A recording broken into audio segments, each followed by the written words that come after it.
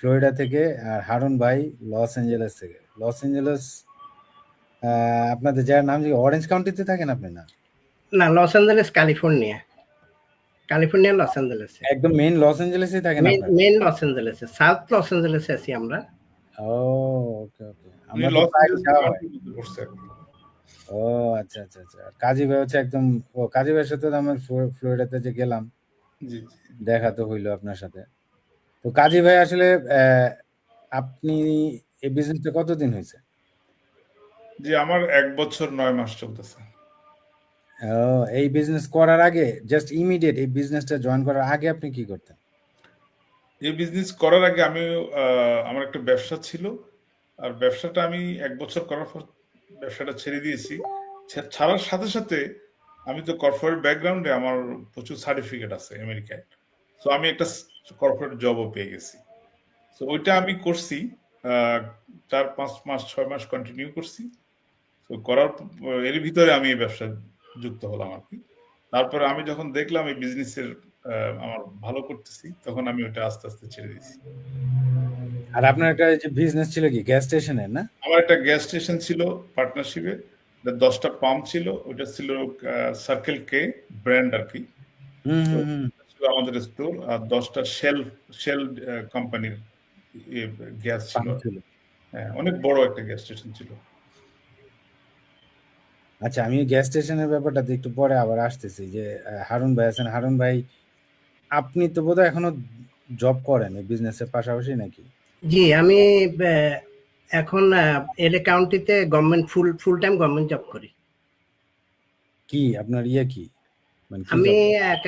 LA কাউন্টিতে intermediate typist clerk হিসেবে আছি এখন। ও ওকে ওকে ওকে। আর এই বিজনেসটা তো শুরু করছিল কি আপনার ওয়াইফ?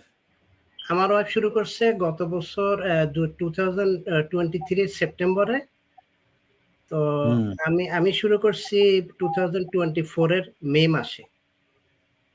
ও আচ্ছা, আপনারা দুইজনে। আমি কিন্তু বিজনেস করে আমার আমার ওয়াইফ আমরা একসাথে, কিন্তু মানে আমি আর শুরু করি না, মানে আমরা শুরুই করছি একসাথে।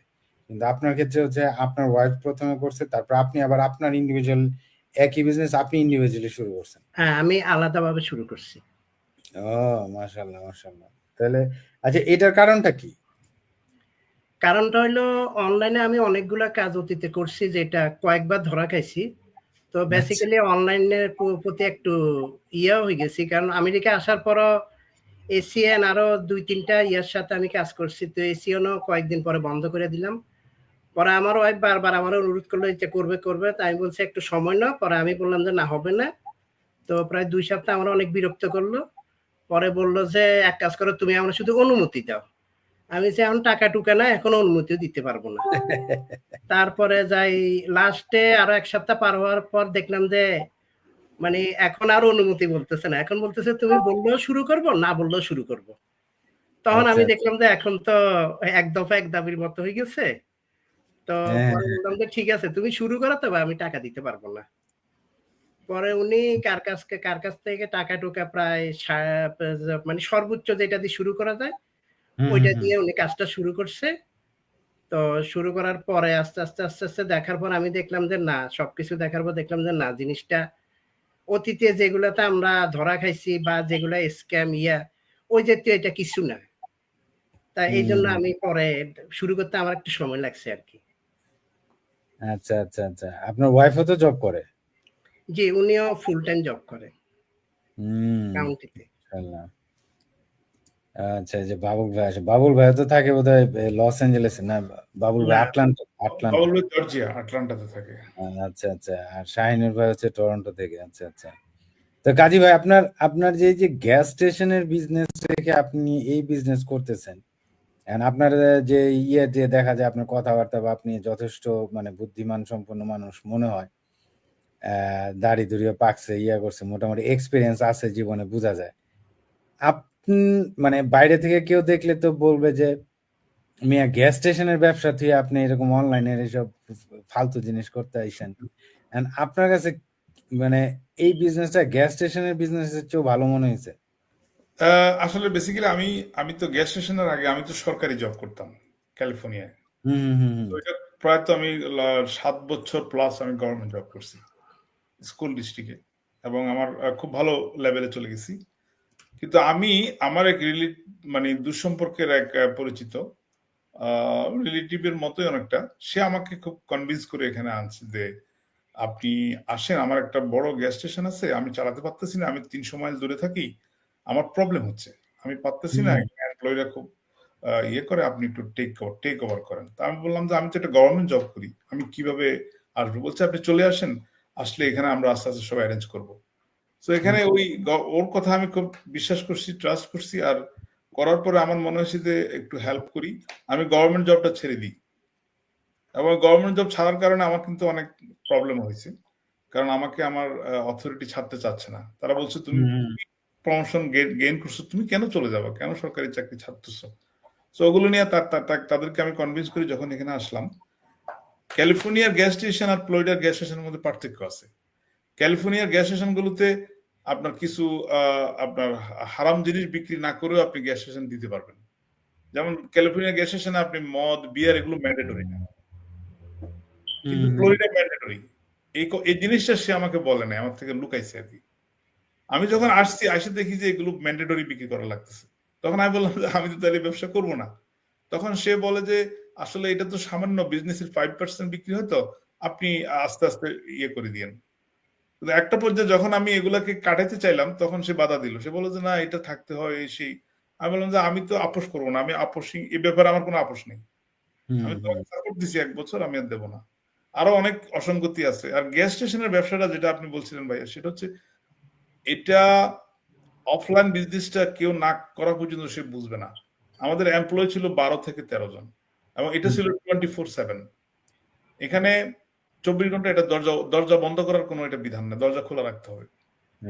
এখানে আপনার এমপ্লয়িরা বেশিরভাগ ছিল, ওরা ক্যাশ থেকে টাকা নিয়ে যেত। এরা ওদের আয় কম, ওরা তো এখান থেকে কিছু নিয়ে ওরা খরচ করতো। তো ওরা বুঝতো না যে আমি এত স্মার্ট, আমি যে ধরে ফেলবো। আমি যে ক্যামেরাগুলো নষ্ট ছিল, আমি সব ক্যামেরা ঠিক করছি, এবং ক্যামেরার পিছনে আমি ক্যামেরা লাগাইছি। ওরা ভাবছে আমি একটা বোকাশোকা মানুষ, আমার আর কি। আমি যে রাত্রে ওরা কত সেকেন্ডে ড্রয়ার খুলে কত সেকেন্ডে টাকাটা সরায়, এটা পর্যন্ত আমি রেকর্ড করে ফেলছি। করি ওদেরকে যখন দেখাইছি, ওরা তো মানে মনে হয় আকাশ থেকে পড়ছে আর কি। তো আমি বেশিরভাগই মাফ করে দিছি ওদেরকে, ফায়ার করি নাই, খালি একটাকে ফায়ার করছি। বলছে ওরিয়েন্টেশন করছি, বুঝাইছি যে তোমরা চুরি করে লাভ কি, আমি বেতন বাড়াই দেবো। আমি তখন স্যালারি বাড়াই দিয়ে ওদেরকে রাখছি। কিন্তু একটা পর্যায়ে দেখলাম যে প্রতি উইকে মাল কিনতে হয়, মিনিমাম $50,000 মাল কিনতে হয় প্রতি উইকে, এবং উইকের পরে ওই মালটা আবার সেল করতে হয়, এবং সেল করতে না পারলে, লেফট ওভার থাকলে, এটা আবার কোনোটা আপনি ব্যাক করতে পারবেন, কোনোটা ব্যাক করতে পারবেন না। তারপরে এখানে কমপ্লায়েন্স আছে, আপনি একটু ময়লা রাখতে পারবেন না। আপনার এখানে ফুড আছে, ফুডের মধ্যে যদি কোন রকম ইয়ে থাকে, তাহলে আপনি করতে পারবেন না। ফুডের জন্য স্পেশাল সার্টিফিকেট লাগে, যেটা আমার ছিল। এই জন্য আমার এখানে একটু কদর বেশি ছিল। এখন আপনার এত কম্পিটিশন, ঘর ভাড়া ছিল, দোকানটা ভাড়া ছিল $15,000, ইলেকট্রিক বিল টিল সব দিয়ে $42,000 খরচ আছে প্রতি মাসে। এখন আমাকে লাভ করতে হবে 50+, তাহলে আমি সার্ভাইভ করব। 12 থেকে 14 জন এমপ্লয়ি। কিন্তু তারপরে তো আপনার কি বলে $42,000 খরচ হলে $50,000 যদি আপনার ইয়ে হয়, তাহলে তো $8,000 যদি প্রফিট করি, তাহলে আমি কোন রকম বাসি, এই $7,000-8,000 টাকা আমরা এবার পার্টনাররা ভাগ করে নিব। তারপরে সবাই ভাগ করবে না, সেটাই তো। আপনি $10,000 5 জনে ভাগ করলে আমার ভাগে $2,000 উপর কখনো পড়ে নাই। সারা বছরের পর, সারা মাসের পুরো কষ্টের পরে। হ্যাঁ, এবং কোন মাসে নাই, কোন মাসে পকেট থেকে দেয়া লাগছে, খরচটা আসছে শুধু। কম্পিটিশন, কারণ পাশে অনেকগুলো প্রতিষ্ঠান হয়ে গেছে। এখানে একটা ব্র্যান্ড আছে, ওয়াওয়া, স্পিডওয়ে, এগুলোর কারণে আমাদের এখানে বিক্রি হচ্ছে না। এখন এই একটা অবস্থা। এরপর আবার হারাম জিনিস সেল, আমি যেখানে আপোষ করতে পারতেছি না, তখন আমি আপোষ করব না, সোজা কথা। আমি আস্তে বেরোয় গেলাম। বেড়ে যাওয়ার পরে ওরা আমাকে অনেক রিকোয়েস্ট করছে, অনেক কান্দাকাটি করছে, আপনি একটা ভালো মানুষ, অনেস্ট মানুষ, কেন যাবেন? আমি এখানেই তো প্রবলেম, এখানে তো আমার হচ্ছে না, আমি এটার সাথে আমার আপোষ করা আমার পক্ষে সম্ভব না। তারপরে আমি ওখান থেকে বের হয়ে আমি যখন অ্যাপ্লাই করলাম, আমার হোটেল ম্যানেজমেন্ট একটা কোম্পানি ছিল, তাদের 32 না 33টা বড় বড় তাদের corporate office, software accounts department plus ওদের সফটওয়্যার ম্যানেজমেন্ট, আমি এগুলো জানতাম, তো আমাকে ওখানে এই জন্য কাজ দিয়েছি। আমি ওখানে কাজ করছি ভালো, কিন্তু ওখানে স্যালারিও ভালো ছিল, কাজ করতেছি, কিন্তু ওরা ওই জুমার নামাজ পড়তে দেয় না। মানে একদিন 2 দিন পড়ছি, এরপরে বিরক্ত হয়ে যায়, বলে যে তুমি চলে গেলে। মসজিদটা একটু দূরে ছিল তো, তখন আমি মনে মনে চিন্তা করতেছি, আরে আমি তো এখানে দেখি আমার তো আমেরিকায় সবাই ঘরে বসে কাজ করে, তাহলে আমার তো মনের মতো কিছু হচ্ছে না। তো আমি যদি এখনো যদি ওরকম চিন্তা করি, এত বছর চাকরি করার পরে যদি আমি পরের অধীনে চলে যাই, তাহলে তো এখানে যদি 35 মিলিয়ন পিপল ঘরে বসে কাজ করে, আমি পারবো না কেন? তখন আমি এবার খোঁজা শুরু করছি, আমি আপওয়ার্কে অ্যাপ্লাই করছি, ও গুগলে একটা পাইছি, একটা জবও পাইছি, কিন্তু আমাকে ওরা ভালো, ওখানে কিন্তু ভালো ছিল, কিন্তু আমাকে ওরা একটা বলছে যে ওরা ওয়াচ করবে, ক্যামেরা থাকবে, আমি বাথরুমে গেলেও ওদের পারমিশন নিয়ে করতে হবে কাজটা, আবার 3 মাস ট্রেনিং করতে হবে। তো ঝামেলা দেখলাম। এমন এমন এই সিচুয়েশন গুলোর মাঝখানে আমি আমার মেন্টরের একটা পাই আর কি। তারপর আমি কিউরিয়াস হয়ে যখন আমি স্টার্ট করলাম, কিন্তু আমি স্পেকটিক্যাল ছিলাম, এটা সত্য কথা, আমার পছন্দ হয়নি, আমি বিশ্বাস হয়নি। একটা পর্যায়ে আমি যখন কিছু বুঝছি কিছু বুঝি নাই, কিন্তু কোচিং কল করার পরে আমি বুঝতে পারলাম, আমি আমার কোচ তানভীর ভাইকে আমি 5টা প্রশ্ন করছি, আমার মনে আছে, এবং আমার সময় নিয়েছি 18 মিনিট, এটা আমার মনে আছে, 1 ঘন্টা কথা বলার। 18 মিনিটে 5টা কোশ্চেনের যখন আমি আনসার গুলো পাইছি, আমার মনে হয়েছে যে ওকে, আমি আমার আনসার আমি যখন প্রশ্ন করছি আপনাকে, যে আপনি বলছিলেন, আমি বলছিলাম এটা লিমিট কি, আমি কোথায় যাব, এটা এটা এটা কি আমি কি এক জায়গায় পড়ে থাকবো, না আমি উপরে ওঠার সম্ভাবনা আছে? আপনি তখন বলছিলেন এটা কোনো সীমা নাই, আপনি কোথায় যাবেন আপনি নিজেও জানেন না। আমি 100% বিশ্বাস করছি, এবং আমি বর্তমানে এটা বুঝতেছি যে আপনার কথার সাথে কাজের শতভাগ মিল ছিল আর কি। এভাবে আমি আমার এখানে আসা আর কি। আপনার কাছে এই ব্যাপারটা দিয়ে আবার আসবো। হারুন ভাই, আপনি কতদিন লস অ্যাঞ্জেলেসে? লস অ্যাঞ্জেলেসে 2011 সাল থেকে প্রায় 13 বছর হয়ে গেছে। তো এই 13 বছরের মধ্যে আপনি অন্যান্য আরো কয়েকটা এরকম অনলাইন এরিয়া ট্রাই করছেন, তাই না?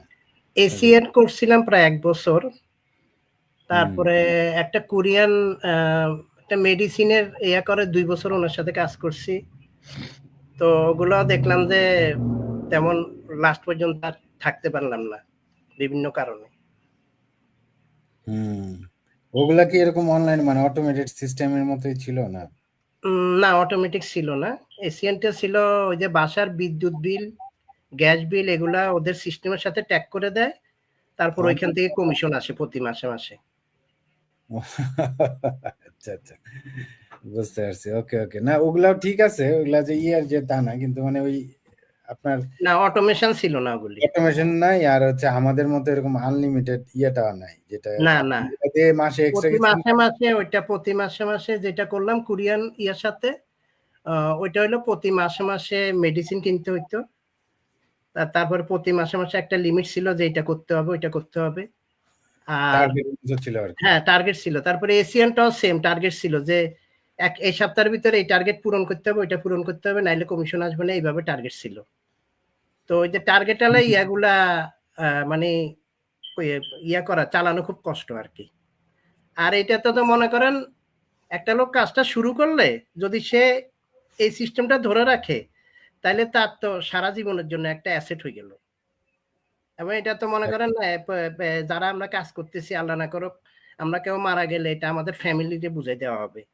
এই জিনিসটা তো অনলাইনের আর কোনো সিস্টেমে নাই, এই অনলাইন সিস্টেমটাতে আছে। এই জন্য এই কাজটা আমি পছন্দ করছি। Good good. কাজী ভাইয়ের যে গেঞ্জিটার মধ্যে কি, এটা কই পাইছেন আপনি গেঞ্জি? এটা আমরা ফ্লোরিডায় আমাদের এই সাউথ ইউএসএ সাউথ ইডকে আমরা যে একটা মিটআপ প্রোগ্রাম করছিলাম, এই মিটআপের জন্য আমরা এই গেঞ্জিটা নিয়েছি আর কি। তো আমাদের এই মিটআপে আমাদের অনেকগুলো পার্টনার, বিজনেস পার্টনার মিটআপে অংশগ্রহণ করছে, যেগুলো ফ্লোরিডা, জর্জিয়া, সাউথ ক্যারোলিনা। তো এই এলাকার আমাদের সাকসেসফুল বিজনেস পার্টনারদের আমাদের একটা এখানে মিটআপ প্রোগ্রাম হয়েছিল গত 2 দিন, 16-17। তো ওখানে আমরা এই গেঞ্জিটা আমরা ওখানে ব্যবহার করছি আর কি। ও আচ্ছা, এটা আপনারা অর্ডার দিয়ে মানে নিজেরা বানাইছেন? জি জি, নাইস নাইস। আপনাদের লোগোটা খুব সুন্দর হয়েছে, আমাদের মানে কমিউনিটির সাথে একদম যায়। Helping each other, basically holding hands. জি জি, মাশাআল্লাহ, ভেরি গুড, খুব সুন্দর হয়েছে।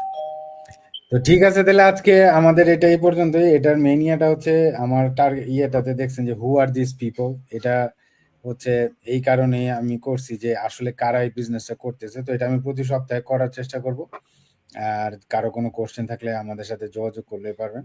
তো অনেক ধন্যবাদ, থ্যাংক ইউ সবাইকে। আমি খুব শর্ট অ্যান্ড সুইট 15 মিনিটসের করার চেষ্টা করব। অনেক ধন্যবাদ আপনাদের, হারুন ভাই, কাজী ভাই আসার জন্য। নেক্সট উইকে আমরা কাজী ভাই সহ আরেকজন অন্য কাউকে নিয়ে আসবো ইনশাআল্লাহ।